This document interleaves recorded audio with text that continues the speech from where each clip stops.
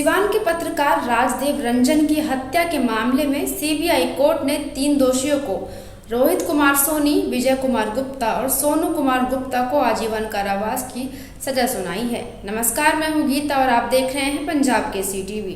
विशेष अदालत की जज नमिता सिंह ने प्रत्येक दोषी पर जुर्माना भी लगाया है। अदालत ने मृतक राजदेव रंजन की पत्नी को उचित मुआवजा देने का भी आदेश दिया है। इस खबर के लिए देखिए हमारी एक खास रिपोर्ट।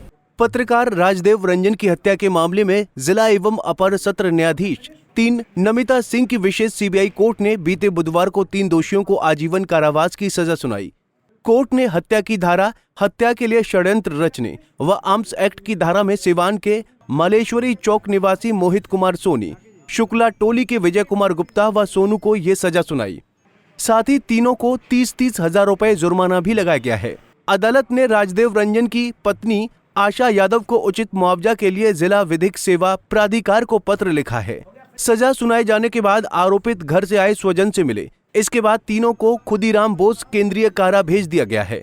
इस दौरान सीबीआई पटना के वरीय विशेष लोक अभियोजक राकेश दुबे और बचाव पक्ष के अधिवक्ता शरद सिन्हा मौजूद रहे। इस मामले में कोर्ट ने 30 अगस्त को तीनों को दोषी करार दिया था। सीबीआई पटना के वरीय विशेष लोक अभियोजक राकेश दुबे ने बताया कि 30 अगस्त को दोष मुक्त किए गए सिवान के नगर थाने के रामनगर निवासी अजरुद्दीन बेग उर्फ लड्डन मियां, बुबनिया रोड अड्डा नंबर 2 के राजेश कुमार और बड़ी मस्जिद चौक बाजार के ऋषु कुमार जायसवाल को बरी करने के विरुद्ध अपील में जाएंगे।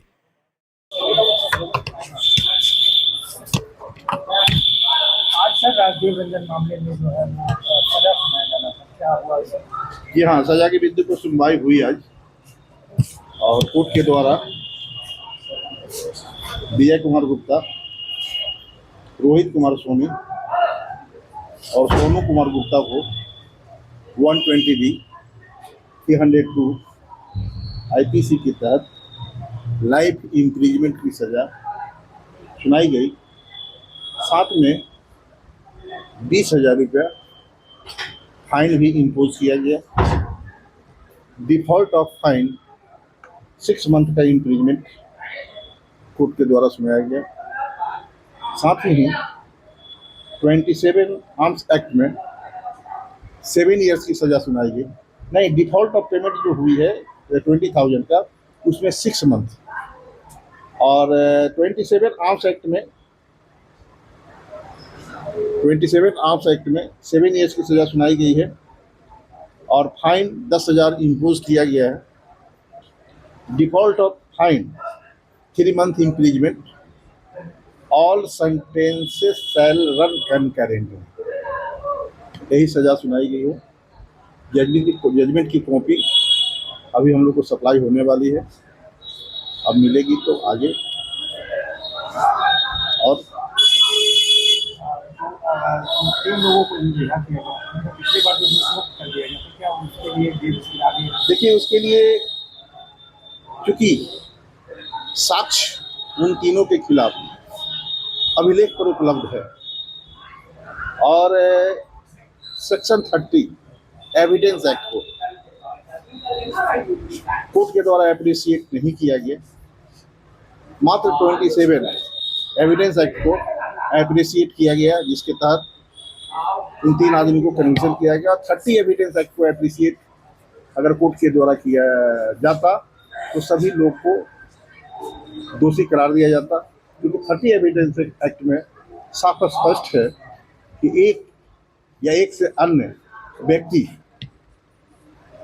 कोई घटना को कारित करते हैं और 120B से संबंधित साजिश के तहत कन्फेशनल स्टेटमेंट होता है तो वो एप्रिसिएबल है और कन्फेशनल स्टेटमेंट को इन ठोठो कोर्ट को एप्रिशिएट करना है। लेकिन कोर्ट के द्वारा वो इग्नोर कर दिया गया, जिसके तहत उन तीनों आदमी को दोष मुक्त किया गया है, जिसके लिए सीबीआई अपील में जाएगी। वहीं बचाव पक्ष के अधिवक्ता शरद सिन्हा ने कहा कि फैसला पक्ष या विपक्ष में आना सराहनीय है। तीनों को मिली सजा के विरुद्ध अपील में जाएंगे।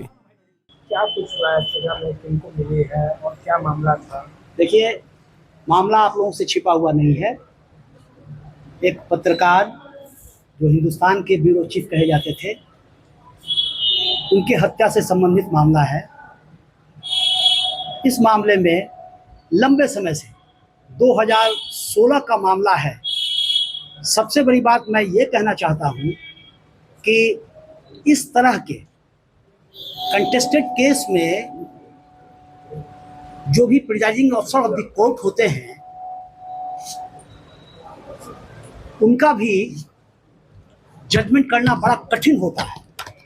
तो आप लोग के समक्ष या हमारे पक्ष में जजमेंट आया हो या हमारे विपक्ष में जजमेंट आया हो, लेकिन न्यायालय द्वारा जजमेंट जो पारित किया गया है वो सराहनीय है। इसलिए सराहनीय है कि इतने लंबे समय के बाद किसी भी जजमेंट का प्रोनाउंसमेंट हुआ है।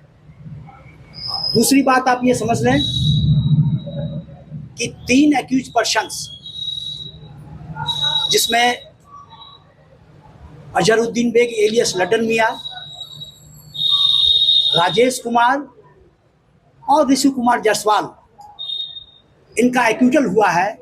साथ ही साथ ये महत्वपूर्ण बात है कि जो केस है सीबीआई का, जो प्रोसिक्यूशन का केस है, देखिए सीबीआई का जितना भी केस होता है वो री रजिस्टर्ड होता है। और इस सर्कमस्टांसेस ये हुआ है कि जो केस है उस केस में शहाबुद्दीन के साथ लड्डन मियां की कॉन्स्पिरेसी की बात कही गई है। उस कॉन्स्पिरेसी के आधार पे जिम्मेवारी दी गई थी लड्डन मियां को, उपेंद्र सिंह को, लेकिन जब ये फेल कर गए तब ये जिम्मेवारी लड्डन मियां को दी गई। ये कहानी बनी थी, एस्टेब्लिश करने का प्रयास सीबीआई द्वारा किया गया था शहाबुद्दीन के अगेंस्ट। आपको मालूम है, ऑफ कोर्स शहाबुद्दीन का डेथ हो गया, ही इज नो मोर, लेकिन उनके अगेंस्ट में कोई दोष न्यायालय के समक्ष नहीं आया है। मरणोपरांत भी वो बरी हुए हैं।